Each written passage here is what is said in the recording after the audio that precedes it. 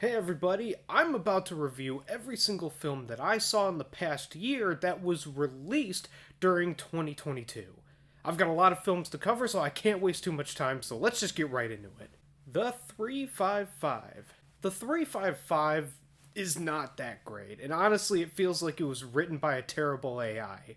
The Fallout. I actually really liked The Fallout. I like how it genuinely tackles the subject of gun violence at schools, and especially the aftermath of such terrible events. Jackass Forever. This film is a lot of fun, and it is a must-see for anybody who is a fan of the Jackass series. Moonfall. Moonfall is just a solid disaster film. Kimmy.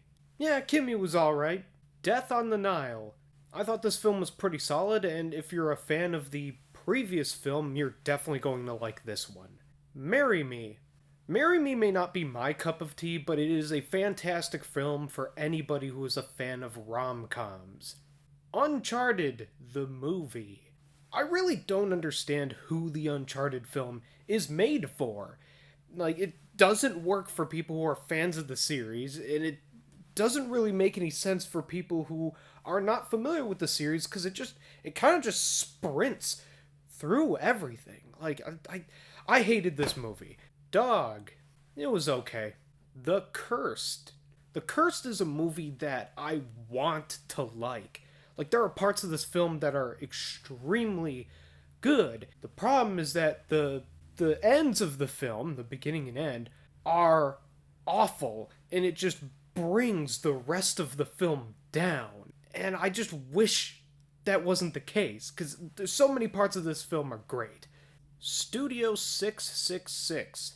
Studio 666 is an incredibly fun film to watch, and it's obvious on screen that all the people involved were also having a good time and having a lot of fun while making it.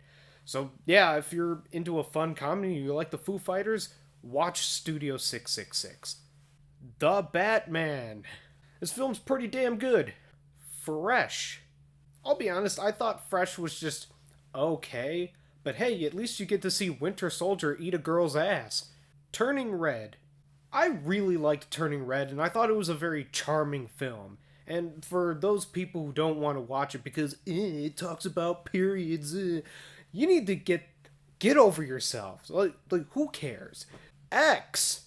X is really good. It's really good. Uma. Uma was alright. The Lost City. The Lost City was just okay. If I'm being honest, it's almost like in the same category as Dog, which, funny enough, also has Channing Tatum in it, so... I Everything, Everywhere, All at Once. What do I think about Everything, Everywhere, All at Once? I think this movie is amazing. Moonshot. Not to be confused with a film that I talked about earlier called Moonfall. This film is not that good, although it does reunite me with some actors who I haven't seen in like 10 years. It's Morbin time! Morbius. It's Morbius. Morbius is so good that it bombed in the box office twice. Come on, how many other films have done that?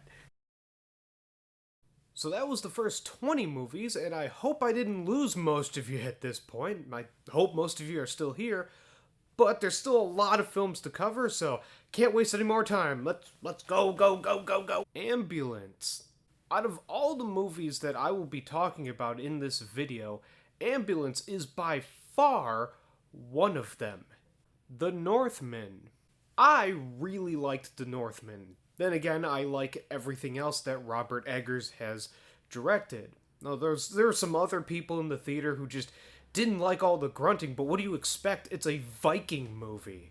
The Unbearable Weight of Massive Talent. The Unbearable Weight of Massive Talent to Nicolas Cage fans is what Spider-Man No Way Home was for Spider-Man fans. As a Nicolas Cage fan, I loved this movie. But if you're not too much of a fan of Cage, then, yeah, I don't know about this one for you. Hatching. Hatching was a pretty solid film. I think overall I liked it. It's an interesting little horror concept. The only weird thing about the film is that it quite obviously just chooses not to care about half the characters in the film. I just think it's funny. Doctor Strange in the Multiverse of Madness. It was fun. Firestarter. Firestarter is a trash fire. It's terrible. Men. I really liked the movie Men because I like the Alex Garland weird sci-fi type films. Although this film isn't really as sci-fi as his previous two films. It is a bit of a weird film, so it's difficult to recommend. I liked it, but there's a chance that you won't. So, I don't know, take that however you want. Top Gun Maverick. Goddamn Danger Zone. This film kicks ass.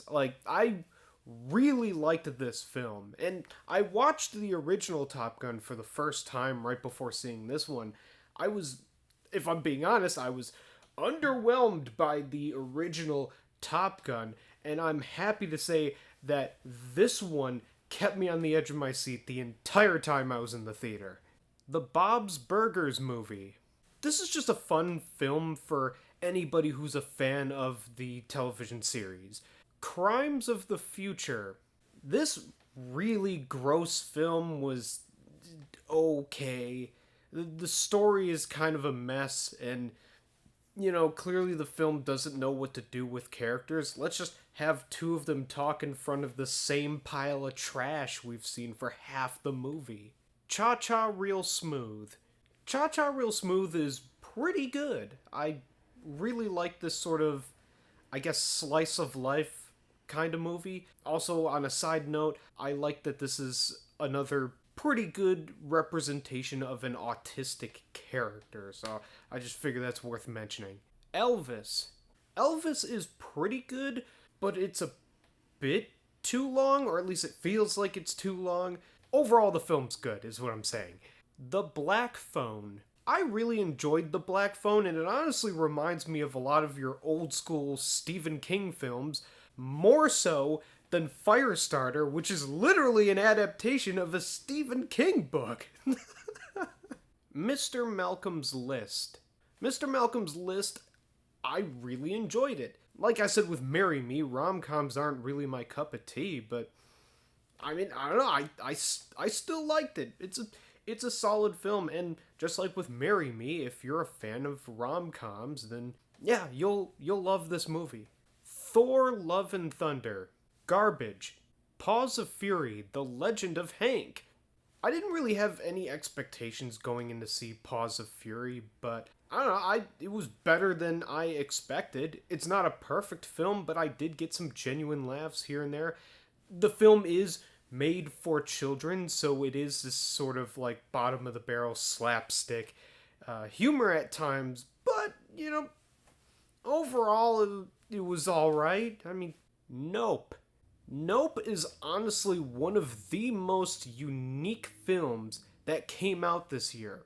In a good way. This film is fantastic, and this might be a bit of a spoiler, but honestly, I appreciate a film where an alien actually looks alien. And that may sound weird, but whatever. That's what I gotta say about it. Where the Crawdads Sing. I thought this movie was pretty solid.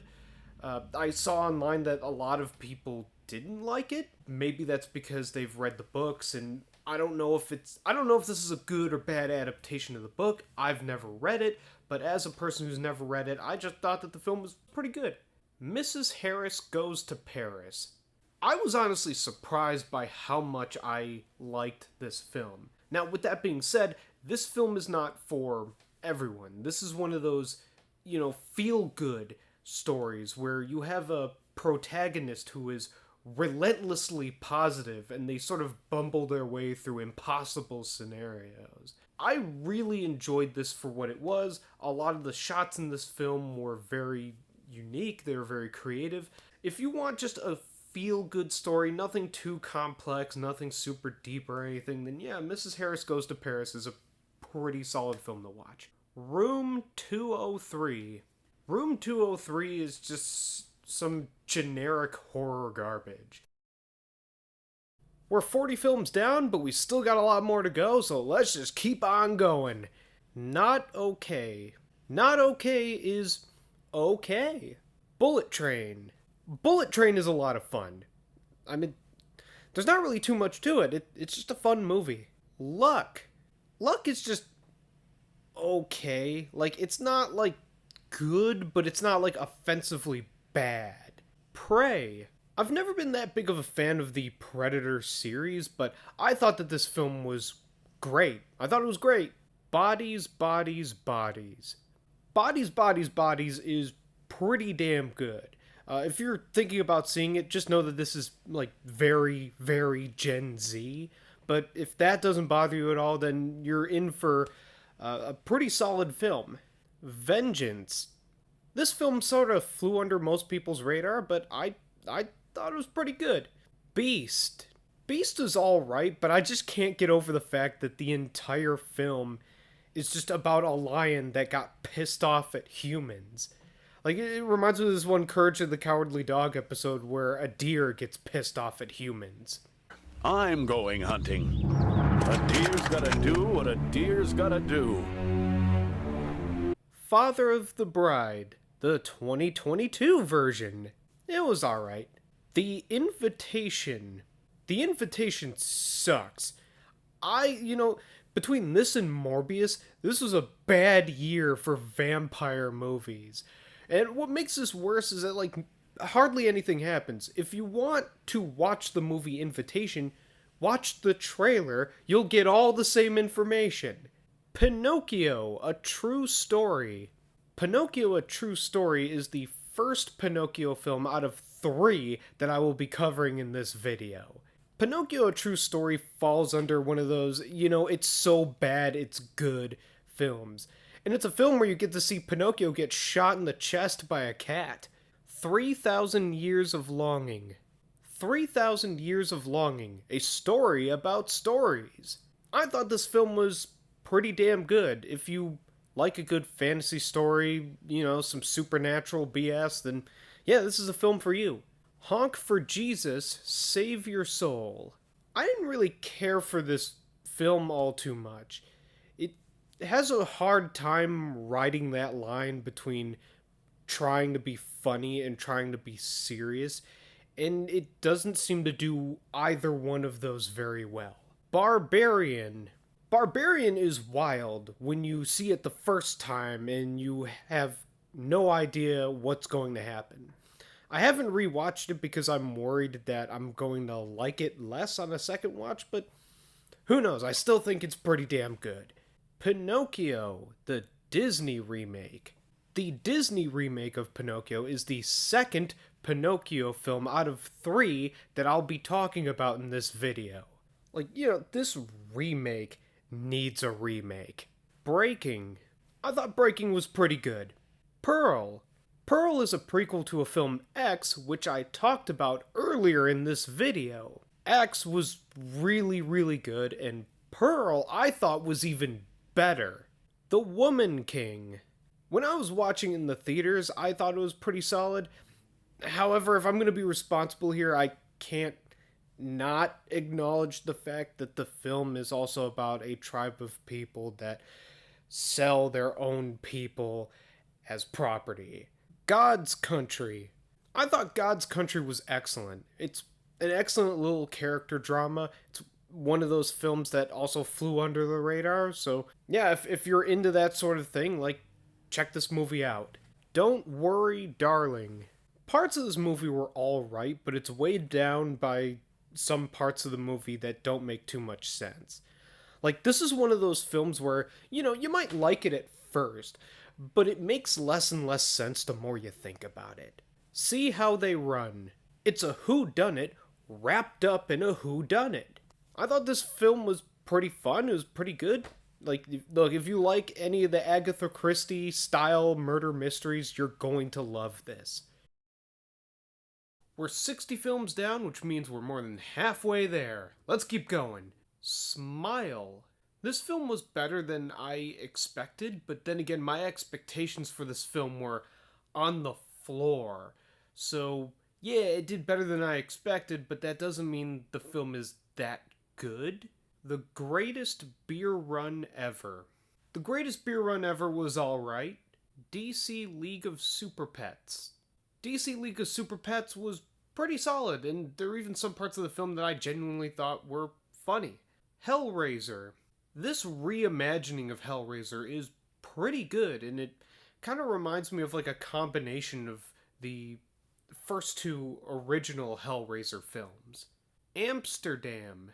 This pile of Oscar bait is not that good. Werewolf by Night. Werewolf by Night is pretty good, and it's honestly one of the most unique things that Marvel has put out in a long while. Grim Cuddy. Grim Cuddy isn't good, although the ideas that it tries to work with are very fascinating. I just don't think the best way to do it is with a terrible CGI monster. Bros. Bros was pretty good. Terrifier 2. Terrifier 2 was alright. I mean, at least it was better than the first one, so there's that, but, you know, you've probably seen the articles, it's still just like a gore fest. Black Adam. Black Adam would have been a good film if it was released 10 years ago. But it was released in 2022, so no, it's not good. The Poloni Show, Halloween Special.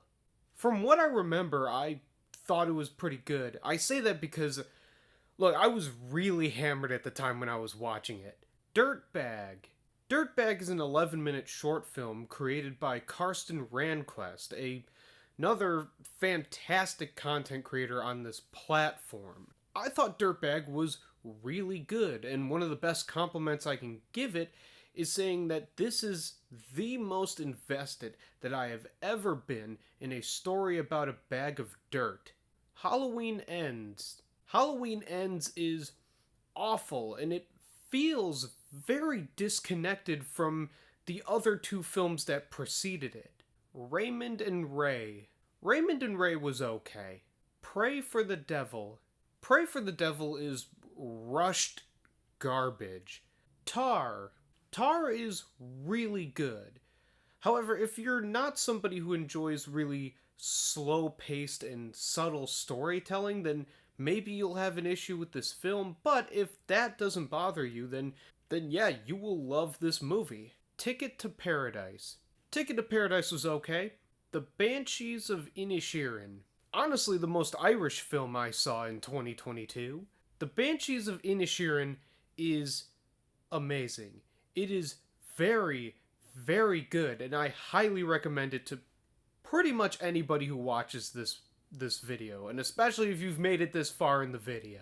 Black Panther: Wakanda Forever. This film is pretty good, but it's just a little too long. Causeway. Causeway is okay. This is the last group of films that I'll be reviewing for this video. Thank you so much if you've made it this far into the video, and I hope you'll stick around until the end. The Menu. I really liked The Menu. I mean, it's not like the best of its kind, the whole, screw the rich kind of films. I know that there was another one of these kinds of movies that came out in 2022. Unfortunately, I didn't get a chance to see it, so it's not on this list. Bones and All. Bones and All is really good. It manages to accomplish making a romance story as well as a cannibal story at the same time, and not a lot of other people can say that. The Guardians of the Galaxy Holiday Special. I mean, this is a simple, fun little film. I mean, look, you got the Guardians of the Galaxy, you got James Gunn, you got Kevin Bacon. What more do you want? She Said. She Said is pretty good, and what I like about this is that, it doesn't over-stylize anything. Like, it just allows the actors' performances and the story to really work on its own, and it does. Spirited. Spirited is a really fun film. It's an interesting little musical with Ryan Reynolds and Will Ferrell. I thought it wasn't going to be that good, but I actually ended up really enjoying it. Not a perfect film, but at least it's fun to watch. Violent Night. Now, this is what I call a blockbuster. I know I've described a lot of the other films that I've reviewed so far as being fun, but this film is so much fun to watch, and this should be a required film to watch every holiday season. Every holiday season, watch Violent Night. Devotion. Devotion was pretty good. Although I did have a poor theater experience with this one. Somebody decided to bring in their little kids to see this kind of a film, and I could hear them giggling and telling jokes to each other all the while the film is trying to have serious moments, some of which dealing with racism, and all the while I'm just hearing these little kids laughing a few rows behind me. A Christmas Story Christmas. This film was alright. I mean, it's clear that it is definitely trying to capture the spirit of the original Christmas Story. The problem is that A Christmas Story, I think for most of us, has always just been an on in the background type of film. So if you're trying to emulate something that most people only half pay attention to, well, then you get what you get. Guillermo del Toro's Pinocchio. This is the third and final Pinocchio film that I'll be reviewing in this video. Guillermo del Toro's Pinocchio is a beautiful film. It is leaps and bounds ahead of the previous two Pinocchio films that I talked about. It is so good. Like, I couldn't recommend this film enough. Avatar: The Way of Water. Avatar: The Way of Water is pretty good. My only complaint is that it's too long. It's 3 hours and 12 minutes. And the story is very simple. You didn't need to spend 3 hours and 12 minutes to tell this kind of a story. Emancipation.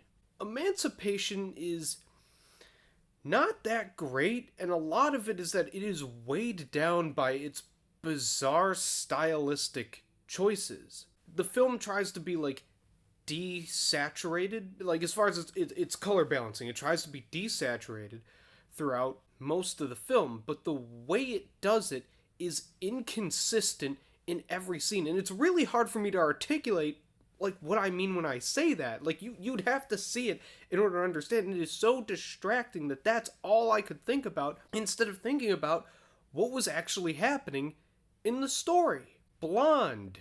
Speaking of distracting stylistic choices, I liked the performances in Blonde. I liked some stylistic choices where it tends to be a bit more surreal, because I understand, like, the point that's trying to be made, but when it's, you know, constantly jumping back and forth to being in color to being black and white, and where the aspect ratio is shifting every 5 seconds, I don't get the point. And just like with Emancipation, it's too distracting, where I'm focusing on that instead of focusing on anything that's happening in the film. Babylon. Babylon is a wild ride of a film. A lot of it is very chaotic. There's things popping off all the time, which is great at keeping your attention, which is awesome because the film is like 3 hours and 9 minutes. So yeah, keeps your attention throughout, except for the last part of the film where it kind of drags a little bit. But outside of that, yeah, this film's wild. It's a wild ride, and I loved it. And last, but certainly not least, The Whale. The Whale is really good. I really liked it. And a lot of people online have been talking about Brendan Fraser, by the way, correct way to pronounce his last name. Brendan Fraser's performance is phenomenal. He is so good in this movie. His performance just brings so much, dare I say, weight to the film. But yeah, I really enjoyed this, and I'd highly recommend it. thank you to everybody who has made it all the way to the end of this video. Those were all the films that I saw during the year of 2022 that were released in 2022. If I didn't mention a film, it's because, unfortunately, I didn't have the time to go and see it. For example, I would have loved to have talked about the film Decision to Leave, but I just haven't had the time to watch it, so maybe I'll cover that in a separate video in the future. Thank you so much for watching. I probably will not do another big review video like this until I make a video called Reviewing 2023, where I'll review all the 2023 films that I will have seen. So hopefully you'll stick around my channel until that next video. But hey, in between that and this video, I'll try to upload some other stuff, so hopefully you'll stick around for those too. So again, thank you so much. Alright, I think I'm going to wrap things up here.